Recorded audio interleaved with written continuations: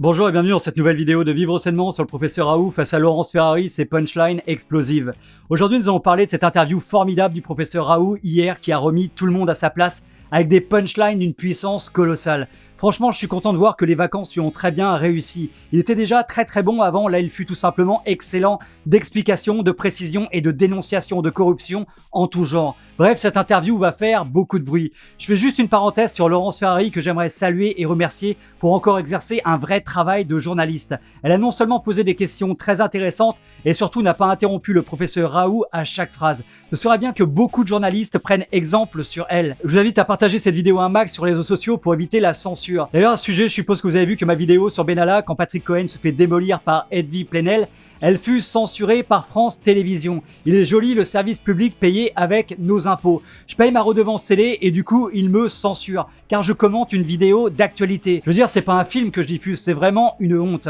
Mais vous inquiétez pas, la vidéo est bien sur Library. Alors pour ceux qui connaissent pas encore, Library, c'est une plateforme vidéo comme YouTube, sans aucune censure et avec des récompenses. Regardez dans la description, je vous ai mis le lien ci-dessous pour vous inscrire et le lien vers un tutoriel vidéo pour tout vous expliquer. Alors venez tous nous rejoindre, nous sommes déjà plus de 6700 sur ma chaîne Library et je commence à publier quelques-unes de mes vidéos qui furent censurées. Je vous remercie aussi de votre aide pour ma cagnotte Tipeee et ma cagnotte Paypal pour mes vidéos qui sont démonétisées. Allez, on commence tout de suite par une très bonne nouvelle. Et encore ce matin, des centaines de personnes devant l'IHU de Marseille pour se faire tester. Oui, mais ça on a toujours eu ça, on a depuis le début, on a eu beaucoup. Donc si vous voulez, plus vous testez, plus vous trouvez de cas, mais dans les cas qu'on trouve, on est en train de regarder, les cas, ce qu'on trouve maintenant et ce que l'on trouvait en février ou en mars, ça n'est plus la même maladie. D'accord ? C'est-à-dire ce que l'on trouve maintenant, c'est des formes très bénignes. Et oui, on peut le voir simplement avec les chiffres officiels, un nombre de cas positifs énorme chaque jour avec seulement 379 personnes en réanimation dans toute la France et les dom-toms. Hier, nous avons eu 17 morts, avant-hier, 17 morts, avant-avant-hier, 2 morts. Là maintenant, il faut se calmer, il faut que ce pseudo-gouvernement de la terreur arrête d'effrayer le peuple. Là, je viens de discuter avec une de nos collaboratrices qui travaille sur les données de coagulation, qui trouve qu'il n'y a plus du tout de troubles de coagulation chez les gens qui rentrent maintenant. La proportion des gens qui est hospitalisée est beaucoup plus faible. On n'a eu aucun mort sur 1000 personnes. Il y a eu un mort, mais qui est vraiment... Enfin, le Covid a joué un rôle extrêmement mineur dans sa fin de vie. Et oui, ça c'est partout en Europe. En Italie, hier, 5 morts avant-hier, 7 morts chez nos voisins allemands, 9 morts hier et 9 morts avant-hier. Chez nos voisins du Royaume-Uni, 16 morts hier et 12 morts avant-hier. Alors bon, Macron et Tesbire, il faut laisser revivre le peuple. Les épidémies, quand elles commencent, elles ont un rythme de transmission qui s'accélère, il y a de plus en plus de transmissibilité, elles deviennent de plus en plus graves, et puis ceci diminue sans qu'on n'ait jamais compris pourquoi. Certains pensent que c'est l'immunité de la population qui a changé, mais ça n'a toujours été qu'une hypothèse, mais les épidémies disparaissent toujours, hein. Donc les épidémies de peste du Moyen-Âge, ça s'arrêtait aussi. Vous voyez, donc il y a les épidémies de variole, c'est très bien décrit, hein, les épidémies de variole au cours du XVIIe, XVIIIe siècle. Il y avait des épidémies de variole, puis ça s'arrêtait. Et oui, là maintenant, au XXIe siècle, le siècle des fous au pouvoir qui sont extrêmement riches, les épidémies ne s'arrêtent qu'après avoir injecté des centaines de milliards d'euros dans les laboratoires. Pour au final, aucun traitement. Et un possible vaccin fabriqué en seulement 6 mois, au lieu des 10 ans normalement de mise sur le marché et qui va rapporter des centaines de milliards d'euros encore aux mêmes milliardaires. Je crois qu'il va falloir se mettre à l'idée que c'est rentré dans le paysage, ça disparaîtra ou ça disparaîtra pas, mais encore une fois, la prévision de ça, il faut voir les astrologues pour ça, mais globalement, moi je ne sais pas pourquoi il y a des années où il y a de la grippe A, des années il n'y en a pas, des années il y a de la grippe B, des années il n'y en a pas, pourtant Dieu sait que la grippe on la connaît, on l'a assurée. Pourquoi il y a des années où il y a 0 grippe A ou 0 grippe B, puis l'année d'après il y en a plein? C'est incompréhensible. Bien sûr, c'est incompréhensible, sauf pour les médecins de plateau de chez Gilead, genre Gilbert Deray, spécialiste des reins, Karine Lacombe, chef d'un service d'infectiologie avec 10 publications dans Bonux, la machine à lessiver les cerveaux, Michel Simès, médecin, animateur et plus animateur que médecin. Enfin bref, des pointures de haut niveau qui savent tout beaucoup mieux qu'un expert mondial de l'infectiologie qu'est le professeur Raoult. Je trouve qu'on a une société d'une immense fragilité qui surréagit à la moindre peur sans que ce soit justifié dans 90% des cas. Ici, honnêtement, il n'y a pas plus de morts cette année que ce qu'il y en a eu en 2017, en 2018, 2019 et moins qu'en 2017. Donc c'est quand même pas la peine de mettre le feu au vieux port. Vous voyez, donc il faut se calmer. Oui, mais si on se calme, on fait plus marcher la machine à profit très rapide des marchés financiers sur le Corona Business. La partie « je gagne des dizaines de milliards d'euros très rapidement sur une pandémie ». À titre d'exemple, les milliardaires américains se sont enrichis de 580 milliards d'euros depuis le début de la pandémie. Vous trouverez la source dans la description ci-dessous. L'OMS avait recommandé une formation hydroalcoolique dans laquelle il fallait qu'il y ait la glycine, de l'eau oxygénée, et puis je sais pas quoi. C'est l'alcool à 70 degrés qui tue les bestioles. Donc il faut avoir de l'alcool à 70 degrés, dénaturé pour pas que les gens le boivent, pour que c'est mauvais goût. Voilà. Et avec ça, si on se passe 20 fois par jour les mains avec quelques gouttes d'alcool, le risque de transmission est extrêmement faible. Oui, en gros, l'OMS avait recommandé une solution hydrooxygénée qui coûte très cher, alors qu'au final, comme le dit le professeur Raoult, c'est l'alcool à 70 degrés qui tue les virus. Le problème, évidemment, c'est que ça ne coûte pas cher. Mais encore une fois, c'est du complotisme. Cherchez l'erreur. Est-ce qu'on a franchi un cap, là, avec cette épidémie de Covid-19, justement dans cette guerre sanitaire, ces règles qu'on impose aux gens au nom de l'hygiène et du... Je sais pas. Je redoute chez les hygiénistes, je redoute le goût du pouvoir de contrôler les autres. C'est un pouvoir, si vous voulez. Je redoute ça. Ceux que je connais ont un fond dictatorial assez prononcé. Le goût du pouvoir de contrôler les autres, malheureusement, c'est pas que chez eux. Comme on peut s'en rendre compte dans cette période de manipulation intensive. Il suffit juste d'allumer sa télé pour être manipulé. Il suffit juste d'écouter ce pseudo-gouvernement d'imposteurs pour être manipulé. Alors que normalement, il devrait servir le peuple. Heureusement, le peuple s'organise vite et bien. Et je vais vous préparer une vidéo sur le RIC la semaine prochaine qui va déménager. Allez, parlons tout de suite du confinement. 2 énormes études qui ont été faites, une en Espagne, une en Italie, qui sont bien faites, qui sont... moi, j'ai voulu la faire, mais malheureusement, c'était une chasse gardée de l'INSERM, maintenant que je n'ai pas pu la faire, pour comparer les gens qui étaient... Mais j'ai des données quand même.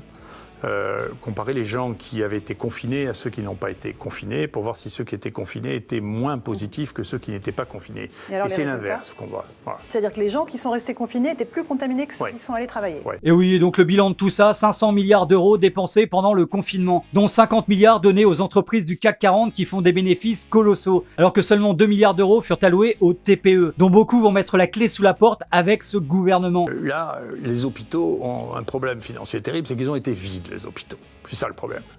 Alors d'abord, les hôpitaux étaient vides. Ensuite, on a... moi, je le sais à Marseille. En dehors des salles de réa, donc. Ou en dehors des salles de réa. Ils étaient vides. À la fin, on a... Et puis, je ne sais pas quelles vont être les conséquences de ça. Il y a des opérations qui ont été retardées, qui n'ont pas été faites. On va voir, il y a des cancers qui n'ont pas été détectés quand même. Tout ça a arrêté le flux normal, y compris de la prévention, de la thérapeutique. Voilà, donc il va y avoir d'un seul coup une montée du nombre de morts due à la non prise en charge de patients souffrants ou qui n'ont pas pu être détectés précocement pour un cancer ou autre. Et éventuellement, bizarrement, étrangement, possiblement, macronement, Bill Gatesement, une montée du nombre de morts de coronavirus en même temps pour bien effrayer la population jusqu'à l'arrivée du grand vaccin. Et d'autre part, il y a eu des zones dans lesquelles, si vous voulez, cette bivalence privée-publique a posé des problèmes, c'est-à-dire qu'on ne s'est pas servi du privé parce que c'est le public qui organisait tout. Et donc, au moment où il y avait des problèmes de réa considérables, dans l'Est, ça je le sais parce que je connais des gens qui sont là-bas, on n'a pas utilisé à un moment les réanimations privées et les réanimations publiques étaient pleines. Et du coup, les services de réa des hôpitaux publics étaient saturés et refusaient de prendre en charge des personnes de plus de 65 ans car elles avaient moins de chances de survivre. Et on les laissait mourir en les piquant comme des chiens au Rivotril. Alors que les réas des hôpitaux privés étaient vides pour la plupart. Cherchez encore l'erreur, ça commence à faire pas mal de boulettes pour ce gouvernement. Alors maintenant, on va parler des tests défectueux. Le professeur Raoult commence par parler des premiers tests sur le sida. Les patients qui avaient été détectés au centre de transfusion sanguine comme étant positifs, et donc ils trouvaient 1% de positifs, et à l'époque, la prévalence, le nombre de cas vraiment positifs, c'était de 1 pour 1000. D'accord ? Donc, bien qu'ils aient une sérologie qui était parfaite, alors après elle s'est améliorée parce qu'il y a le Western blot était là, 9 sur 10 des positifs qu'ils m'envoyaient étaient des faux positifs. Et c'est la même chose pour le Covid ? Non, pour le Covid, on a 20% de faux positifs. On a 1 sur 5 qui est un faux positif. Ouais. T'imagines un peu au départ, t'avais 90% des tests pour le sida qui étaient des faux positifs. Je veux dire, à ce niveau-là, avec cette marge d'erreur, c'est comme si tous les tests ne fonctionnaient pas du tout et que c'était presque de la chance de trouver 10% de réels positifs. Et donc pour les tests coronavirus, 20% des tests sont défectueux. Au lieu de 100 €, tu payes 80 €. Ça fait une belle réduction. Je pense qu'il faut un peu rassurer la population parce que les gens voudraient se faire. On va pas pouvoir tester 65 millions de gens une fois par semaine. C'est ça, on ne peut pas le faire. Donc, il faut se calmer. Hein. Donc il faut revenir. C'est pas pire que la grippe. Il ne faut pas s'affoler. Si on n'a pas de signe, il ne va rien vous arriver.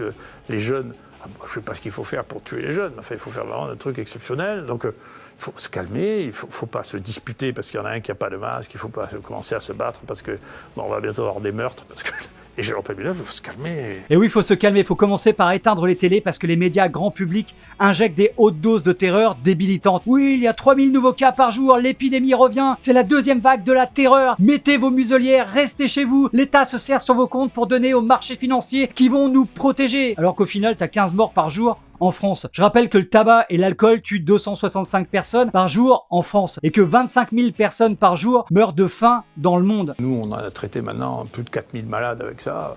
On a une mortalité qui est de 0,45%. Si vous voulez, je ne vois pas comment on peut faire mieux que ça. Ce sera d'ailleurs jamais possible de démontrer. C'est impossible techniquement de montrer qu'il y a mieux que ça.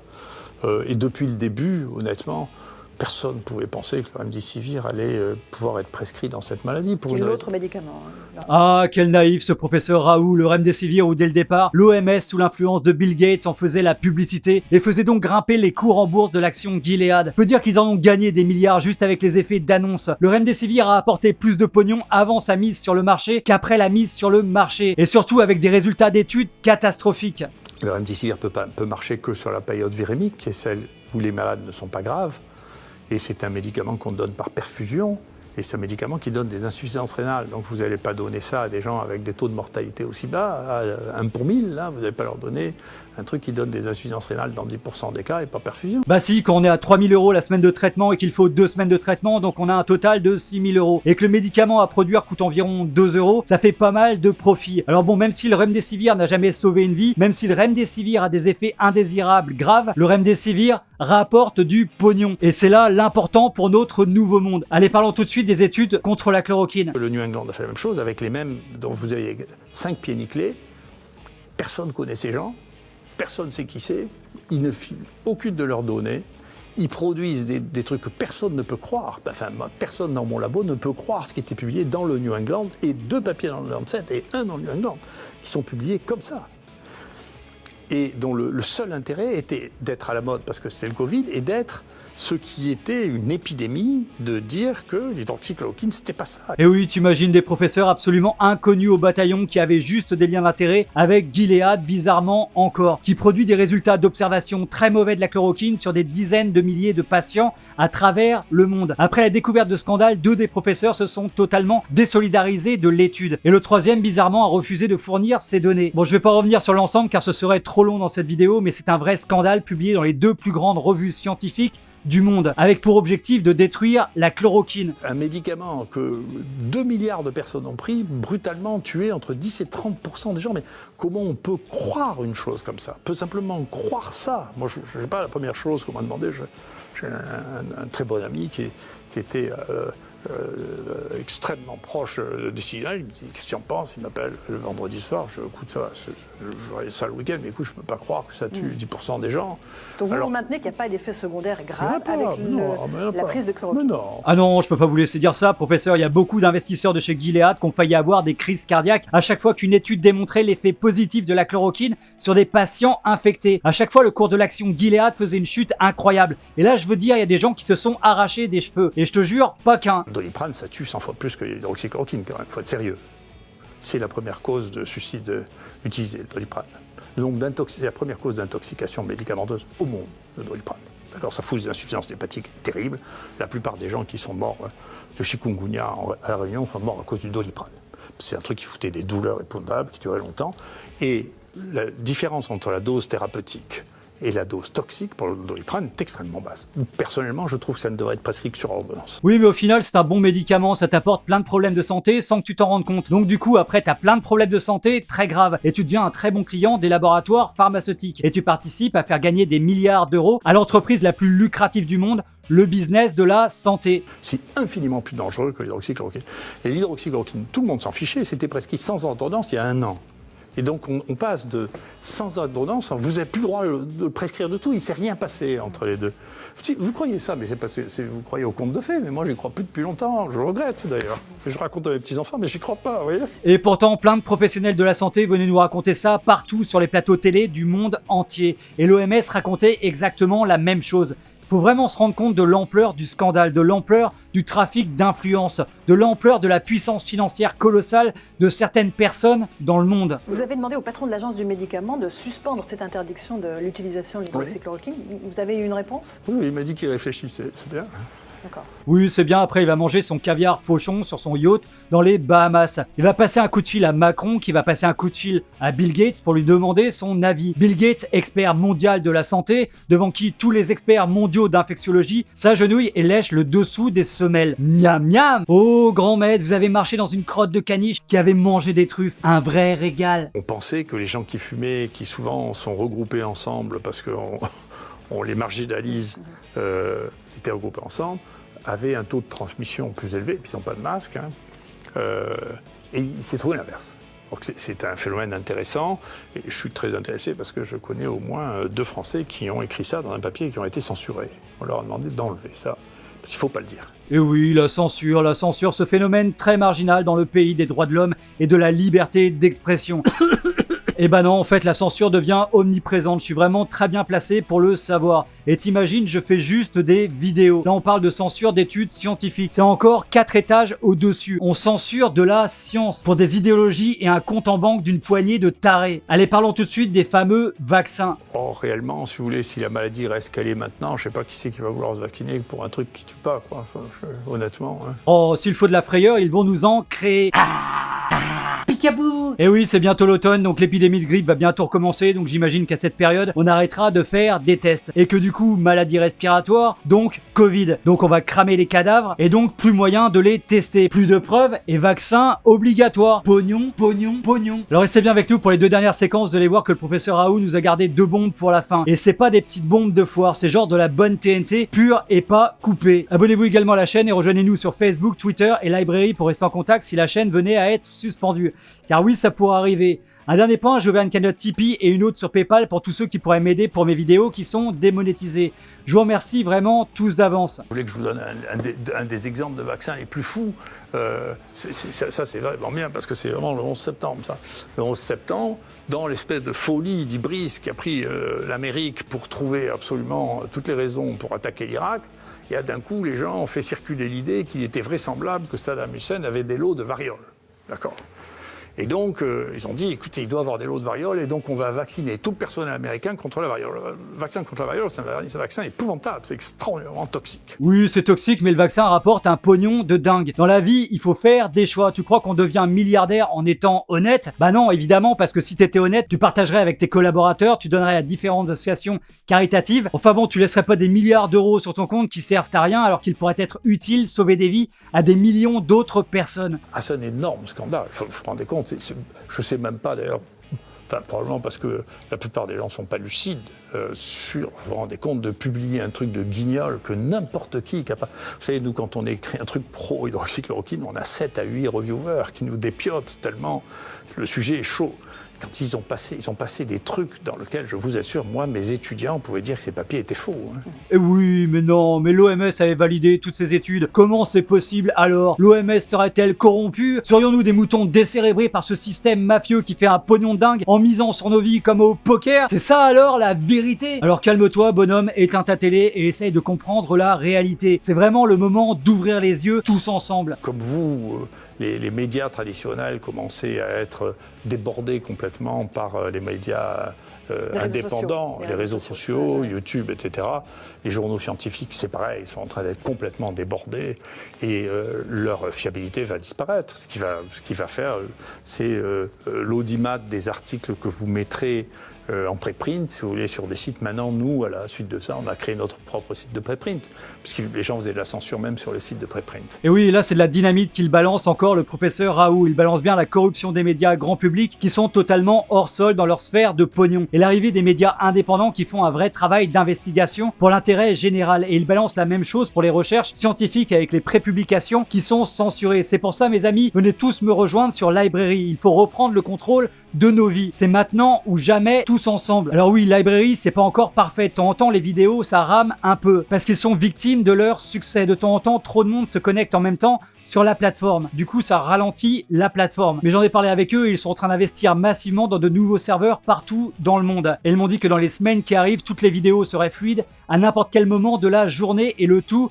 sans censure. Et vous, qu'en pensez-vous? Voilà, cette vidéo est terminée pour aujourd'hui. J'espère qu'elle vous a plu. Si c'est le cas, cliquez sur j'aime et partagez massivement sur tous les réseaux sociaux. Abonnez-vous à la chaîne si ce n'est pas encore fait et à très bientôt pour une prochaine vidéo sur Vivre Sainement.